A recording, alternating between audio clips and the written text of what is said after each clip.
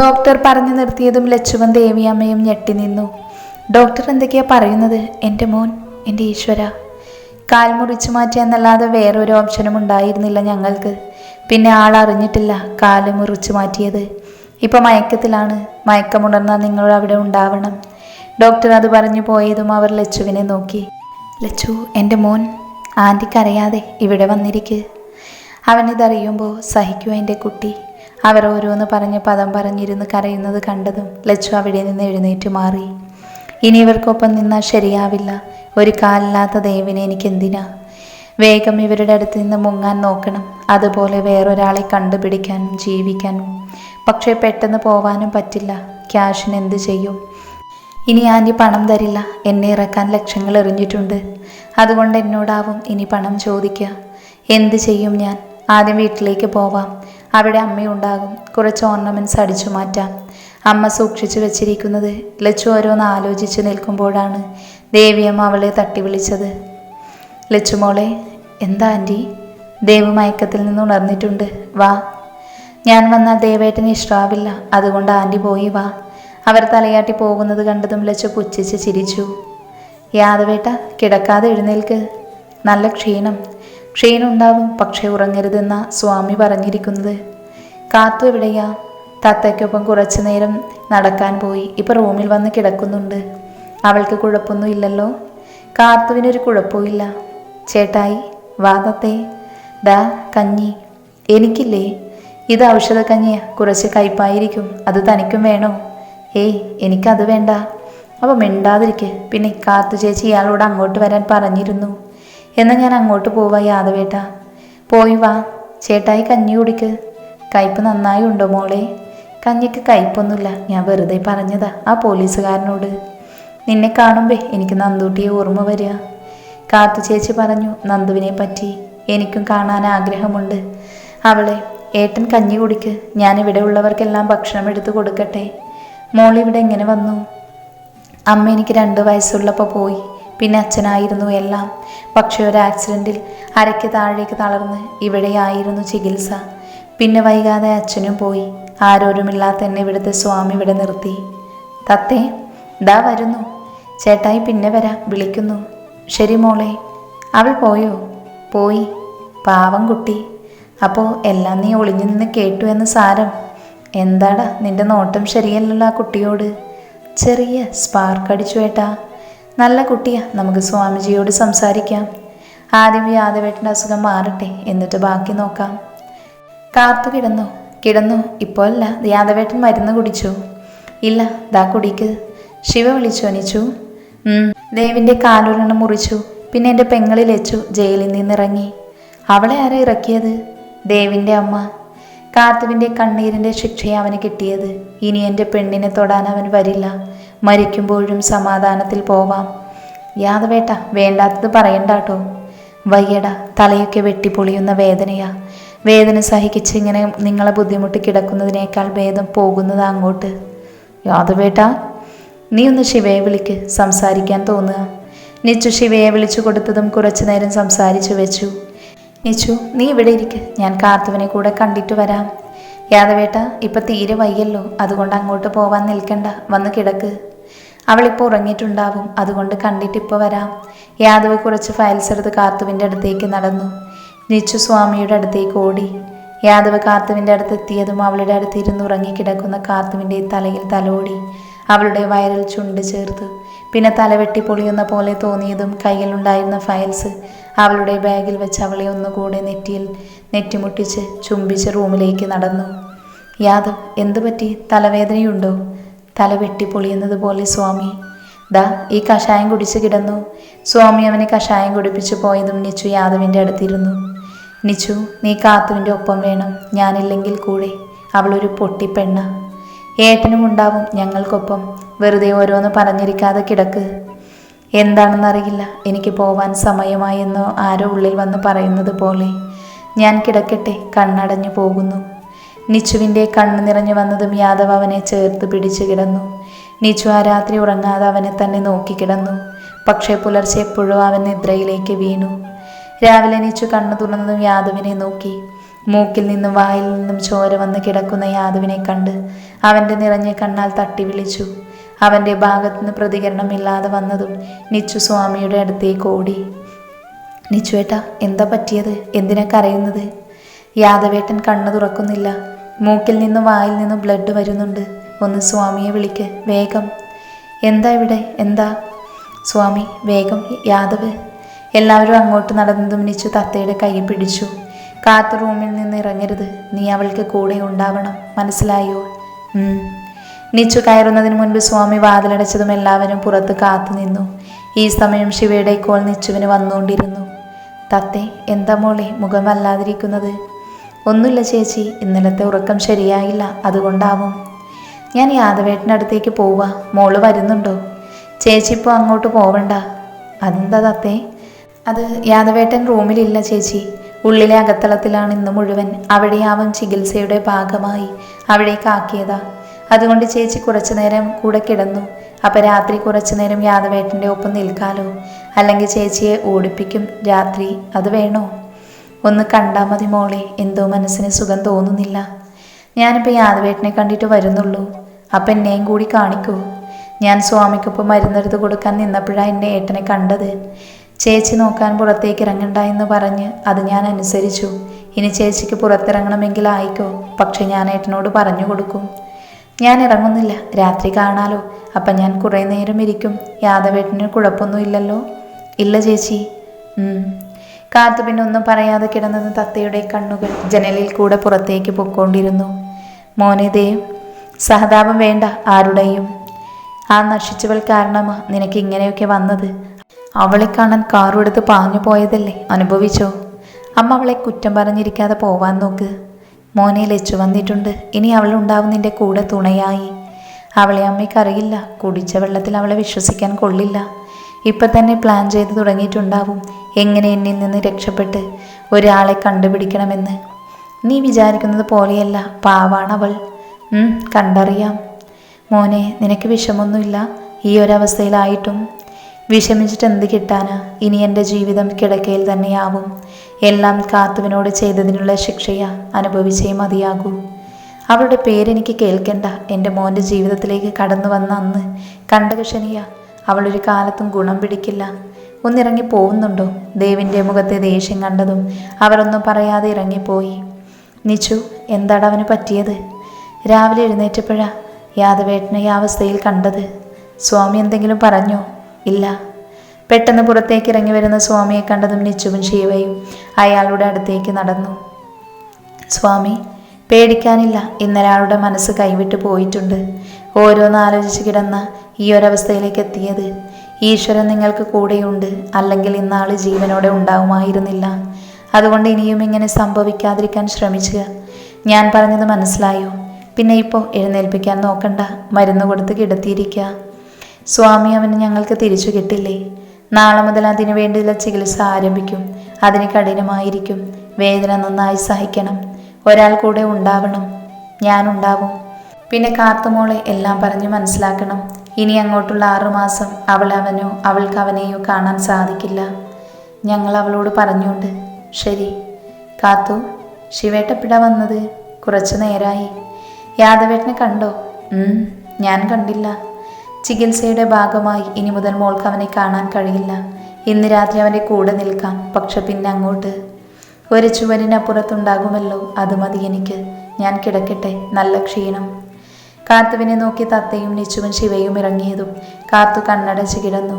പെട്ടെന്ന് അവൾ ബാഗിൽ കുഞ്ഞികൃഷ്ണൻ്റെ ഫോട്ടോ തപ്പാൻ തുടങ്ങിയതും അവളുടെ ബാഗിൽ യാദവ് വെച്ച ഫയൽ തടഞ്ഞത്. അത് കയ്യിൽ കിട്ടിയതും അവൾ അതെല്ലാം നോക്കി. കൂടെയുണ്ടായിരുന്ന കത്തും വായിച്ചു. പിന്നെ അവളുടെ മുഖത്ത് പുഞ്ചിരി വിരിഞ്ഞു. ഒപ്പം ഇവിടെ നിന്ന് പോവാനുള്ള തീരുമാനവും എടുത്തു. മേഡം? എന്താ ഗോവിന്ദ്? മേഡം പോകുന്നില്ല ഇപ്പോൾ തന്നെ? സമയം വൈകിയല്ലോ. സമയം 12 മണി കഴിഞ്ഞു. ഗോവിന്ദ് വയ്ക്കോ. എന്നെ പിക്ക് ചെയ്യാൻ ശിവേട്ടൻ വരും. പിന്നെ നാളെ ഞാൻ ഓഫീസിൽ വരില്ല. എല്ലാ കാര്യങ്ങളും ഗോവിന്ദ് ഹാൻഡിൽ ചെയ്യണം. നാളെ എന്താ മേഡം വിശേഷം? നാളെ മോളുടെ 90 ചെറിയ രീതിയിൽ നടത്തുന്നുള്ളൂ. ആരെയും വിളിക്കുന്നില്ല. എന്താ കാർത്തു, വർക്ക് കഴിഞ്ഞില്ലേ നിന്റെ? 2-3 ഫയൽസ് നോക്കാനുണ്ടായിരുന്നു ഏട്ടാ. ഇപ്പം കഴിഞ്ഞു. ഗോവിന്ദ് മോൾട്ടിയുടെ 90 നാളെ വരണം. നിന്നെ മാത്രം ഓഫീസിൽ നിന്ന് വിളിക്കുന്നുള്ളൂ. അതിന് ഓഫീസിൻ്റെ MD ലീവ് തരണ്ടേ ശിവേട്ട? കാത്തു ഗോവിന്ദനെ കണ്ണുരുട്ടി നോക്കിയതും ശിവയും ഗോവിന്ദും ചിരിച്ചു. MD ലീവ് കൊടുത്ത അവന് നാളെ കൊടുക്കാൻ പറ്റില്ല. അതിന് പകരം അടുത്ത ആഴ്ച ഫുൾ ലീവ് തരാം, പോരെ? സത്യമാണോ മേഡം? ആടാ, എൻഗേജ്മെൻറ്റ് അടിച്ചു പൊളിക്ക്. അതോ നാളെ ലീവ് വേണോ? എനിക്ക് അടുത്ത ആഴ്ച മതി മേഡം. കാത്തു, ഇറങ്ങിയാലോ? ശിവേട്ട, മോൾക്ക് കുഴപ്പമൊന്നുമില്ല. പിന്നെ നീ ഇടക്ക് വന്ന് പോയിരുന്നില്ലേ? നിച്ചുവേട്ടൻ വിളിച്ചു ഏട്ടാ? വിളിച്ചു. മോളുടെയും നിൻ്റെയും കാര്യം യാതൊരു തിരക്കിയെന്ന് പറഞ്ഞു. ചികിത്സ എത്ര നാളുണ്ടാവും ഏട്ടാ? ഇതിപ്പോൾ 6 മാസം കഴിഞ്ഞില്ലേ? കുറച്ച് നാൾ കൂടെ ഉണ്ടാവുമെന്ന് സ്വാമി പറഞ്ഞത്. കാത്തു കാലിൽ കയറി കണ്ണടച്ച് കിടന്നതും അവളുടെ മനസ്സിലേക്ക് ആശ്രമത്തിൽ നിന്നിറങ്ങിയ ദിവസം ഓർമ്മയിൽ തെളിഞ്ഞു. കാത്തു ചേച്ചി എന്താലോചിച്ചിരിക്കുക? എന്താ ഈ ഫയൽ? ഇതെൻ്റെ അച്ഛനും ശിവേട്ടനും അച്ഛനും നടത്തിക്കൊണ്ടിരുന്ന RD കമ്പനിയുടെ പേപ്പേഴ്സാണ്. ഇനി മുതൽ ഇത് നോക്കി നടത്താൻ ഞാൻ തീരുമാനിച്ചു. ചേച്ചി ഒറ്റയ്ക്കോ? യാദവേട്ടൻ ആഗ്രഹിക്കുന്നുണ്ട് ഞാനിത് ഏറ്റെടുക്കാൻ. അതുകൊണ്ട് ഞാൻ ഇറങ്ങിത്തിരിക്കുക. അല്ല, നീ എന്താ വന്നത്? യാദവേട്ടൻ ചേച്ചിയെ അന്വേഷിച്ചു. ഇന്ന് കൂടെ ഏട്ടനെ കാണാൻ ചേച്ചിക്ക് പറ്റുള്ളൂ. പിന്നെ ചികിത്സ കഴിഞ്ഞ് കാണൂ. എന്ന് ഞാൻ അങ്ങോട്ട് ചെല്ലട്ടെ? യാദവേട്ട. കാത്തു, ഇവിടെ ഇരിക്ക്. എന്താ മുഖത്ത് നല്ല ക്ഷീണം? വയ്യേ? എനിക്കൊന്നുമില്ല. ഈ ഫയൽ ഏട്ടനാണോ ബാഗിൽ കൊണ്ടുവച്ചത്? എന്നെൻ്റെ തീരുമാനം പറയട്ടെ. ഞാൻ ഏറ്റെടുക്കുക RD കമ്പനി. എൻ്റെ യാദവേട്ടനു വേണ്ടി ഇതെങ്കിലും ഞാൻ ചെയ്യണ്ടേ? അതുകൊണ്ട് നാളെ രാവിലെ ഞാൻ ഇവിടെ നിന്നും ഇറങ്ങും. പറ്റുമോ നിനക്ക് ഈ സമയത്ത്? ഞാൻ മാക്സിമം നോക്കും. ശിവ നിൻ്റെ കൂടെ ഉണ്ടാവും. അവൻ എല്ലാ കാര്യങ്ങളും പറഞ്ഞു തരും. ബിസിനസ് തകർച്ചയിലേക്കാണ് പോകുന്നത്, ആരും നോക്കാനില്ലാത്തത് കൊണ്ട്. അതുകൊണ്ട് ഇനി അങ്ങനെ ഉണ്ടാവാൻ പാടില്ല. ഇനി ഞാൻ നോക്കിക്കൊണ്ട് എനിക്ക് പറ്റുന്നത് പോലെ ഞാൻ ഉയർച്ചയിലേക്ക് കൊണ്ടുവരാൻ നോക്കും. യാദവേട്ട, ഇന്ന് ഞാനിവിടെ കിടന്നോട്ടെ? കാത്തു, ഭക്ഷണം കഴിച്ചു വാ. ഇപ്പോൾ തന്നെ നേരം തെറ്റി. എനിക്ക് വിശപ്പില്ല. പോയി കഴിച്ചു വാ. ഉള്ളിൽ ഒരാളുള്ളത് മറക്കരുത്. കാത്തു ഭക്ഷണം കഴിക്കാൻ പോയതും യാദവെല്ലാം ശിവയോട് സംസാരിച്ചു. പിന്നെ നാളെ പോകാനുള്ള തീരുമാനവും എടുത്തു. ചേച്ചി എന്നെ മറക്കോ? അങ്ങനെ ഞാൻ നിന്നെ മറക്കോ പെണ്ണേ? സ്വാമി, പോട്ടെ. പോയി വരൂ, നല്ലതേ വരൂ. ശിവേട്ട, പോയി അവനോട് യാത്ര പറഞ്ഞു വാ. കാത്തു യാദവിൻ്റെ അടുത്തെത്തിയതും അവളെ ചേർത്ത് പിടിച്ചു. പേടിക്കണ്ട, നിന്റെ കൂടെ ശിവനുണ്ടാവും എന്തിനും. അവളുടെ വയറിൽ ചുംബിച്ചവൻ നിറഞ്ഞ കണ്ണാൽ തിരിഞ്ഞു കിടന്നതും കാത്തു പിന്നെ അവിടെ നിൽക്കാതെ നിറഞ്ഞ കണ്ണുകൾ തുടച്ച ആശ്രമത്തിൽ നിന്ന് പുതിയ ഒരു തുടക്കത്തിലേക്ക് യാത്ര തിരിച്ചു. 1 മാസം കൊണ്ട് അവൾ ഓഫീസിനെ കുറിച്ച് മുഴുവനായി പഠിച്ചെടുത്തു. എല്ലാത്തിനും കൂടെയായി ശിവയും മഹിയെങ്കിലും മുൻപിൽ നിന്ന് അവൾക്ക് ആത്മവിശ്വാസം നൽകി. ഡെലിവറി അടുത്തതും ശിവ മുഴുവൻ സമയവും അവൾക്കൊപ്പം ഉണ്ടായിരുന്നു, കൂടെ നന്ദുവും. 9 മാസ തുടക്കത്തിൽ ഡെലിവറി നടന്നതും അവൾ കുഞ്ഞി കാത്തുവിന് ജന്മം നൽകി. 1 മാസം കുഞ്ഞിനൊപ്പം നിന്ന് ആരുടെയും വാക്ക് കേൾക്കാതെ 2-ാം മാസം മുതൽ വീണ്ടും ഓഫീസിലേക്ക് പോയി തുടങ്ങി. കുറേ പ്രൊജക്റ്റ് അവളെ തേടി വന്നതും അവൾ ബിസിനസ് വുമൺ എന്ന പാതയിലേക്ക് യാത്ര തിരിച്ചു. എന്നാൽ ഒരു ഭാഗത്ത് കുഞ്ഞിലേക്കും ശ്രദ്ധ കേന്ദ്രീകരിച്ചു. എന്നാൽ യാദവിൻ്റെ ഓർമ്മകൾ അവളെ വേട്ടയാടിക്കൊണ്ടിരുന്നു. ഒന്നും കാണാതെ സംസാരിക്കാതെ നിച്ചുവിൻ്റെ വിളിയിലൂടെ അവൾ ദിവസങ്ങൾ തള്ളി നീക്കി. കാത്തു, എന്താ ഏട്ടാ? വീടെത്തി. അവൾ വേഗം ഡോറ് തുറന്നിറങ്ങിയതും ഭാനുവമ്മ മോളെ കൊണ്ട് പുറത്തേക്ക് വന്നു. ഭാനുവമ്മേ, മോള് ബുദ്ധിമുട്ടിച്ചോ? എവിടുന്ന്? നീയില്ലെങ്കിൽ നന്ദുമോള് മതി ഇവൾക്ക്. ഏത് സമയവും 2 പേരും കളിയാണ്. ആണോ ചക്കരെ? വാ അമ്മയുടെ പൊന്ന്. ഉറക്കം തൂങ്ങി തുടങ്ങി കിളിപ്പെണ്ണ്. എന്നാ മോളെ ഉറക്കട്ടെ ഞാൻ. കുഞ്ഞിനെ ഞാൻ ഉറക്കിക്കൊണ്ട് മോള് ഫ്രഷായി വാ, അപ്പോഴേക്കും ചോറെടുത്ത് വെക്കാം. വേണ്ട ഭാനുവമ്മേ, വിശപ്പില്ല. ഇത്രയും സമയം ആയില്ലേ? അവളെന്ന് നിർബന്ധിക്കേണ്ട, പോയി കിടന്നോട്ടെ. നല്ല ക്ഷീണം കാണും. നാളെ അമ്പലത്തിലേക്ക് പോകണ്ടേ? മോള് പോയി ഉറങ്ങിക്കോ. അവൾ കുഞ്ഞിനെ കൊണ്ട് റൂമിലെത്തിയതും കുഞ്ഞിനെ ബെഡിലേക്ക് കിടത്തി. ഉറക്കിയതിനു ശേഷം ഫ്രഷായി അവളെ പുറകിലൂടെ ആരോ ചേർത്ത് പിടിച്ചു. യാദവേട്ട. പെട്ടെന്ന് അവൾ തിരിഞ്ഞു നിന്ന് അവനെ മുറുകെ കെട്ടിപ്പിടിച്ചതും അവൻ അവളെയും ചേർത്ത് പിടിച്ചു. ഒപ്പം 2 പേരുടെയും കണ്ണുകൾ നിറഞ്ഞൊഴുകി. ഇതേ സമയം ദേവ് അച്ഛൻ്റെ നെഞ്ചിലേക്ക് ചാഞ്ഞു. അയാൾ അവനെ ചേർത്ത് പിടിച്ച് തലയിൽ തലോടി. അച്ഛാ. എന്താ ദേവ്? നമുക്കിവിടെ നിന്ന് പോയാലോ? എന്തോ ഒറ്റക്കായതുപോലെ. യാദവ് മോൻ പോയതുകൊണ്ടാണോ? അങ്ങനെയും പറയാം. അവൻ നല്ലവനാ. സ്നേഹിച്ചാൽ ചങ്ക് പറിച്ചു നൽകും. ഇവിടെ എന്നെ ഇട്ട് അമ്മ പോയപ്പോൾ ആദ്യം ദേഷ്യമായിരുന്നു എല്ലാറ്റിനോടും. പക്ഷേ യാദവൻ നിച്ചവും എന്നോടടുത്തപ്പോൾ ഞാൻ ശരിക്കും ഹാപ്പി ആയിരുന്നു അച്ഛാ. പക്ഷെ ഒരിക്കലും വിചാരിച്ചില്ല സ്വന്തം അച്ഛനല്ലാഞ്ഞിട്ട് പോലും എന്നെ ചേർത്ത് പിടിച്ചപ്പോൾ. ആരാടാ പറഞ്ഞത് ഞാൻ സ്വന്തം അച്ഛനല്ലെന്ന്? ഞാൻ നിന്റെ സ്വന്തം അച്ഛൻ തന്നെയാ. അങ്ങനെ മാത്രമേ കാണാവൂ. ഈ സമയം നിച്ചുവിൻ്റെ കോള് വന്നതും ദേവ് എടുത്തു. ഹലോ നിച്ചു, ഉറങ്ങാതിരിക്കുവാണോ ദേവ് നീ? ഞാൻ ഓരോ കാര്യങ്ങൾ ആലോചിച്ചിരുന്നതാടാ. നാളെ അവിടെ നിന്ന് പോരില്ലേ? സ്വാമിയോട് ചോദിക്കണം. എന്നാൽ മറ്റന്നാൾ കാണാം. ശരിടാ. നിച്ചു ആണോ ദേവ്? അതെ അച്ഛാ. അല്ല, രണ്ടാളിവിടെ ഉറങ്ങാതിരിക്കുകയാണോ? മീനാക്ഷി മോള് കിടന്നില്ലേ? ഇല്ല, നാളേക്ക് കുറച്ച് അരച്ചു വെക്കാനുണ്ടായിരുന്നു. നാളെ കഴിഞ്ഞ് ഞങ്ങൾ പോകും. ആണോ? ഇനി നന്നായി ജീവിക്കണം കേട്ടോ ദേവേട്ടാ. മോളോ? ഉറങ്ങി. തത്തയുടെ അടുത്ത് കിടത്തിയാ വന്നത്. എന്ന് ഞാൻ പോട്ടെ. ശരി മോളെ. മോനെ, നമുക്ക് കിടന്നാലോ? യാദവേട്ട, ഇത് സ്വപ്നമൊന്നുമല്ലല്ലോ. പെട്ടെന്ന് അവളുടെ ആദരങ്ങൾ അവൻ സ്വന്തമാക്കിയതും അവൾ നിന്ന് കുതറി. ഇപ്പം വിശ്വാസമായ പെണ്ണെ, സ്വപ്നമാണോ അല്ലയോ എന്ന്? വിശ്വാസമായി. നോക്ക്, എൻ്റെ ചുണ്ട് പൊട്ടി. ഇത്രയും വലിയ ബിസിനസ് വുമൺ ആയിട്ടും ഇപ്പോഴും കൊച്ചുകുട്ടികളെ പോലെ പരാതി പറയാണോ? ഇനി ഞാൻ പറയും. കാരണം ഇപ്പോൾ എല്ലാം നോക്കാനായിട്ടും വന്നില്ലേ. ഞാനിനി 1 വർഷത്തേക്ക് എങ്ങോട്ടുമില്ല. എൻ്റെ മോളെ നോക്കിയിരിക്കാൻ പോവുക. അപ്പം ഞാനും ഇരിക്കും. ഇരുന്നോ? യാദവേട്ട, ഞാൻ സീരിയസ് ആയിട്ടാണ് പറഞ്ഞത്. എനിക്ക് മടുത്തു. ഇനി ഏട്ടൻ നോക്ക്. മര്യാദയ്ക്ക് ബിസിനസ് നോക്കി നടത്തിക്കോ, അല്ലെങ്കിൽ എൻ്റെ സ്വഭാവം അറിയും നീ. മാറി നിൽക്ക്. എന്നോടൊരു സ്നേഹവും ഇല്ല. ഇല്ല, എനിക്കെൻ്റെ മോളോടാ സ്നേഹമുള്ളൂ. എന്ന മോളെ സ്നേഹിച്ചിരുന്നോ? ഞാൻ ഉറങ്ങാൻ പോവുക. എൻ്റെ പെണ്ണെന്ത് കുശുംബിയാ. അവളൊന്നും മിണ്ടാതെ തിരിഞ്ഞു കിടന്നത് കണ്ടതും യാദവ് കുഞ്ഞിനെ തൊട്ടിൽ കിടത്തി ബെഡിൽ വന്ന് അവളോട് ചേർന്ന് കിടന്നു. അവൾ പെട്ടെന്ന് പൊട്ടിക്കരഞ്ഞതും യാദവ് അവളെ ചേർത്ത് പിടിച്ചു. യാദവേട്ട, ഇനി എന്നെ തനിച്ചാക്കി എങ്ങോട്ടും പോവല്ലേ. ഇനി പോകുന്നുണ്ടെങ്കിൽ അതെൻ്റെ മരണത്തിലൂടെ ആയിരിക്കും പെണ്ണേ. ആ ഉറപ്പ് പോരെ നിനക്ക്? നാളെ അമ്പലത്തിൽ പോവണ്ടേ? അതുകൊണ്ട് ഉറങ്ങിക്കോ. എന്നാലും ഇന്ന് വരുന്നത് എന്നോട് പറഞ്ഞില്ലല്ലോ. പറഞ്ഞ സർപ്രൈസ് പൊളിയില്ലേ? അല്ല, എപ്പോൾ വന്നു? ഉച്ചയ്ക്ക്. അപ്പം ഞാൻ മോളെ ഫീഡ് ചെയ്യാൻ വന്നപ്പോൾ ഏട്ടനിവിടെ ഉണ്ടായിരുന്നു. നിന്റെ മുൻപിലേക്ക് വരാതിരുന്നതാ. ഇനിയൊന്നും മിണ്ടാതെ കിടന്നേ. എനിക്ക് എൻ്റെ പെണ്ണിനെ കെട്ടിപ്പിടിച്ചുറങ്ങാൻ തോന്നുക. അവൾ പിന്നെ ഒന്നും മിണ്ടാതെ അവനോട് ചേർന്ന് കിടന്നതും അവളും അവനും പെട്ടെന്നുറങ്ങി. നിച്ചു, ഡാ എഴുന്നേൽക്ക്. എൻ്റെ ശിവേട്ട, ഒന്ന് ഉറങ്ങാൻ സമ്മതിക്ക്. ശരി, ഞാനിനി വിളിക്കുന്നില്ല. ഞങ്ങൾ അമ്പലത്തിലേക്ക് ഇറങ്ങുക. അയ്യോ, ഞാനുണ്ട്. ഉണ്ടെങ്കിൽ വേഗം വാ. കാത്തു. എന്താ യാദവേട്ട? ദാ, ഇത് നിനക്കും മോൾക്കും. 3 പേർക്കും ഒരേ കളറാണല്ലോ. കാത്തു വേഗം മാറി വന്നതും എല്ലാവരും അമ്പലത്തിലേക്ക് തിരിച്ചു. അവിടെ നിന്ന് തൊഴുതിറങ്ങിയതും വണ്ടിയിൽ കയറി. ശിവേട്ട, ഇതെങ്ങോട്ടാ പോകുന്നത്? അതൊക്കെ ഉണ്ട്. പറ. കുഞ്ഞിൻ്റെ 90 കളിക്കല്ലേ? പെട്ടെന്ന് വണ്ടി നിന്നതും കാർത്തുവിൻ്റെ കണ്ണുകൾ തിളങ്ങി. അതേ തിളക്കമായിരുന്നു മറ്റുള്ളവരുടെ കണ്ണിലും. ലച്ചു, എടി ലച്ചു. എന്താ ഗോകുൽ? നിന്നോട് ഞാൻ എന്ത് വിളിക്കാനാ പറഞ്ഞിരിക്കുന്നത്? Sorry sir. അങ്ങനെ മര്യാദയ്ക്ക് അടങ്ങി ഒതുങ്ങി നിന്നോ? ഒരു വേലക്കാരിയായി ഈ ഫ്ലാറ്റിനുള്ളിൽ നിന്ന് രക്ഷപ്പെടാനാണ് നിന്റെ മോഹമെങ്കിൽ കൊന്ന് കുഴിച്ചു മൂടും. പറഞ്ഞില്ലെന്ന് വേണ്ട, മനസ്സിലായോ?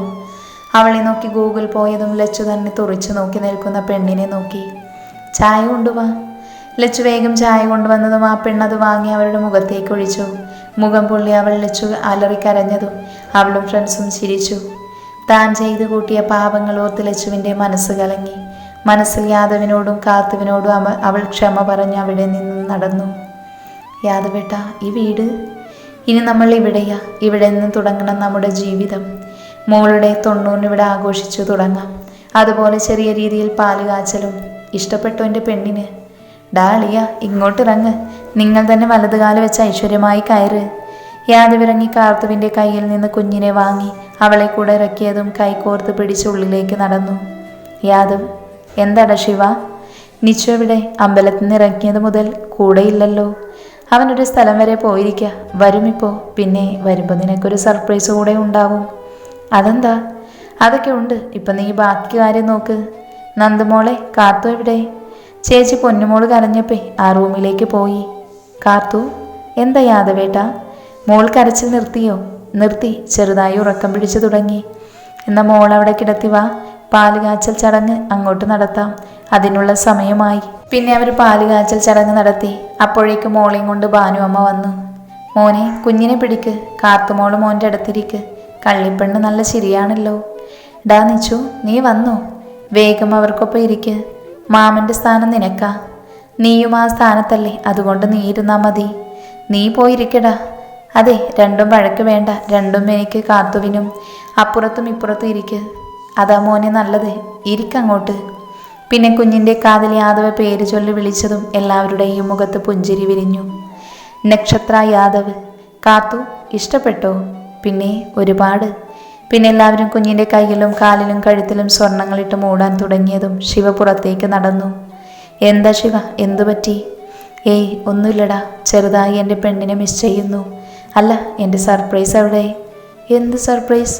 യാദവ് പറഞ്ഞല്ലോ എനിക്കെന്തോ സർപ്രൈസ് തരാനാ നീ പോയിരിക്കുന്നതെന്ന്. ആണോ? എന്നാൽ അത് യാദവ് തന്നെ പറയും. ശിവ. എന്താ യാദവ്? നീ ആ റൂമിൽ പോയി വാ. അവിടെ എന്താ? പോയി നോക്കടാ. നിച്ചു വാ, എനിക്ക് നിന്നോട് സംസാരിക്കാനുണ്ട്. ഇവർക്കൊന്ന് പറഞ്ഞൂടെ ആ റൂമിൽ എന്താണെന്ന്? ശിവ ദേഷ്യത്തിൽ അങ്ങോട്ട് നടന്നതും എല്ലാവരും ചിരിച്ചു. പാവൻ ശിവേട്ടൻ ദേഷ്യത്തിലാണ് അങ്ങോട്ട് പോയത്. വരുമ്പോൾ ആ ദേഷ്യം കാണില്ല. ഈ സമയം ശിവ റൂമിലെത്തിയതും അവിടെ തിരിഞ്ഞിരിക്കുന്ന പെൺകുട്ടിയെ നോക്കി. ആരാ? പെട്ടെന്ന് അവൾ തിരിഞ്ഞതും ശിവയുടെ കണ്ണുകൾ നിറഞ്ഞു. നയന, നീ? ശിവേട്ടാ. ശിവ അവളെ ഇറുക്കെ കെട്ടിപ്പിടിച്ചതും അവൾ അവൻ്റെ നെഞ്ചിലേക്ക് ചേർന്ന് നിന്നു. ഡാ ശിവ, അതിനെ ഇറുക്കെ കൊല്ലുമോ നീ? യാദവ്. താങ്ക്സ് ഡാ. ഓ, വരവ് വെച്ചിരിക്കുന്നു. എല്ലാവരും ഇപ്പോൾ കമ്മിറ്റഡായി. ഇനി ഞാനെന്നാണാവോ? നിനക്ക് നല്ലൊരു ആലോചന വന്നിട്ടുണ്ട്. ഇവിടെ അടുത്ത് നിന്നാം. പെണ്ണിൻ്റെ അച്ഛൻ പോലീസിലാണ്. അതെനിക്ക് വേണ്ട, ഒരു വീട്ടിലൊരു പോലീസ് മതി. അതാ എൻ്റെ അഭിപ്രായം. പിന്നെ കാത്തു, എനിക്ക് പറ്റിയ പെൺകുട്ടിയെ നിനക്കറിയോ? ഏയ് ഇല്ലല്ലോ ഏട്ടാ. ഇവർക്കൊന്ന് തത്തയുടെ പേര് പറഞ്ഞൂടെ? ഇനി എല്ലാവരും എന്നെ കളിപ്പിക്കുകയാണോ? നിച്ചു മനസ്സിലോർത്തു. അപ്പം നമുക്ക് ശിവയുടെ വിവാഹത്തിനൊപ്പം നിച്ചുവിൻ്റെ കൂടെ നടത്താം. എന്തെല്ലാവരുടെയും അഭിപ്രായം? നിച്ചു എല്ലാവരെയും കലിപ്പിലൊന്ന് നോക്കിപ്പോയതും യാദവ് ചിരിച്ചു കാത്തുവിനെ വിളിച്ചു. കാത്തുമോളെ നന്ദുവിൻ്റെ കയ്യിൽ കൊടുത്ത് വാ, കുറച്ച് സംസാരിക്കാനുണ്ട്. ദാ വരുന്നു യാദവേട്ട. എന്താ യാദവേട്ട വിളിച്ചത്? ദേവിൻ്റെ കാര്യങ്ങൾ പറയാനാ. പിന്നെ അവനെ ആശ്രമത്തിൽ കൊണ്ടുവന്നതും യാദവ് ദേവിൻ്റെ അച്ഛനെ വിളിച്ചു പറഞ്ഞതും അവൻ്റെ മാറ്റങ്ങളെല്ലാം പറഞ്ഞു യാദവ് കാർത്തുവിനെ നോക്കി. യാദവേട്ട, എനിക്ക് അറിയാം പെട്ടെന്നൊന്നും അവനെ നിനക്ക് ഉൾക്കൊള്ളാൻ സാധിക്കില്ലെന്ന്. എല്ലാം പറഞ്ഞെന്നുള്ളൂ പെണ്ണേ. ചേച്ചി വാവ കരയുന്നു. നീ പാല് കൊടുക്ക്, ഞാൻ പുറത്തുണ്ടാവും. സ്വാമി, എന്നാൽ ഞങ്ങൾ ഇറങ്ങുക, ദേവിൻ്റെ അച്ഛൻ പറഞ്ഞു. പോകുമ്പോൾ മീനാക്ഷി മോളെ കൊണ്ടുപോയിക്കോളൂ. മോൻ്റെ അച്ഛൻ പറഞ്ഞിരുന്നു മോനെ നോക്കാൻ ഒരാളെ വേണമെന്ന്. 6 മാസം വരെ മോളുണ്ടാകും. മോളെ എന്നാ ഇറങ്ങുക, കുഞ്ഞിനെ കൊണ്ട് കാറിൽ കയറിക്കോ. മീനാക്ഷി കയറിയതും ദേവിനെ പിടിച്ചു കയറ്റി. അച്ഛാ, ഇപ്പോൾ വീട്ടിലേക്ക് നേരിട്ട് പോവണ്ട. പിന്നെ യാദവിൻ്റെ വീട്ടിലേക്ക് പോവാം, നിന്റെ ഇഷ്ടം പോലെ. പിന്നെ യാദവിൻ്റെ വീട്ടിലെത്തിയതും ദേവിനെ അച്ഛൻ പിടിച്ചിറക്കി. ഈ സമയം യാദവ് കുഞ്ഞിനെ കൊണ്ടിറങ്ങി വന്നതും ദേവിൻ്റെ കണ്ണുകൾ കുഞ്ഞിൻ്റെ മേലു പതിഞ്ഞു. ഒപ്പം കുറ്റബോധം കൊണ്ട് തലകുനിഞ്ഞു. ഈ സമയം കാത്തു പുറത്തേക്ക് ഇറങ്ങിയതും ദേവ് അവളെ നോക്കി. എന്നാൽ അവൾ അവനെ കണ്ടതും അകത്തേക്ക് കയറിപ്പോയി. എന്താ ദേവ് അവിടെ തന്നെ നിൽക്കുന്നത്? കയറി വാ. ഞാനിവിടെ നിന്നോണ്ട് യാദവ്, കാർത്തുവിന് എന്നോട് ദേഷ്യമായിരിക്കുമല്ലോ. ദേവ്, അവൾക്ക് അങ്ങനെ പെട്ടെന്നൊന്നും മറക്കാൻ പറ്റില്ല. നീ അത് വിട്. മോൾക്കെന്താ പേരിട്ടത്? നക്ഷത്ര യാദവ്. അച്ഛാ, അതിങ്ങോട്ട് താ. എന്താ ഇത് ദേവ്? എൻ്റെ വക മോൾക്കൊരു മാലയാ, ചെറിയൊരു മാല. ദേവ് മോളുടെ കഴുത്തിൽ ഇട്ട് കൊടുത്തു. യാദവ് ദേവിനെ നോക്കി. ദേവ്, നീ കയറ്. ഇല്ലടാ, ഞാൻ പോവാ. നിന്നെയും മോളെയും കാത്തുവിനെയും കാണാൻ വന്നതാ. കാത്തുവിനോട് ക്ഷമ ചോദിക്കണമെന്നുണ്ടായിരുന്നു. പക്ഷേ ഇനി വേണ്ട. എന്നെ കാണുന്നതേ അവൾക്ക് ഇഷ്ടമല്ല. അകത്തേക്ക് കയറിപ്പോയപ്പോൾ എനിക്ക് മനസ്സിലായി. അച്ഛ പോവുക. ദേവിനെ അച്ഛൻ കാറിലേക്ക് കയറ്റിയതും ദേവ് കണ്ണടച്ചിരുന്നു. മോനെ ഇറങ്ങ, പിന്നെ വരാം, കാർത്തുമോളോട് പറഞ്ഞേക്ക്. വാവേ, അച്ചാച്ചൻ പോവുക കേട്ടോ.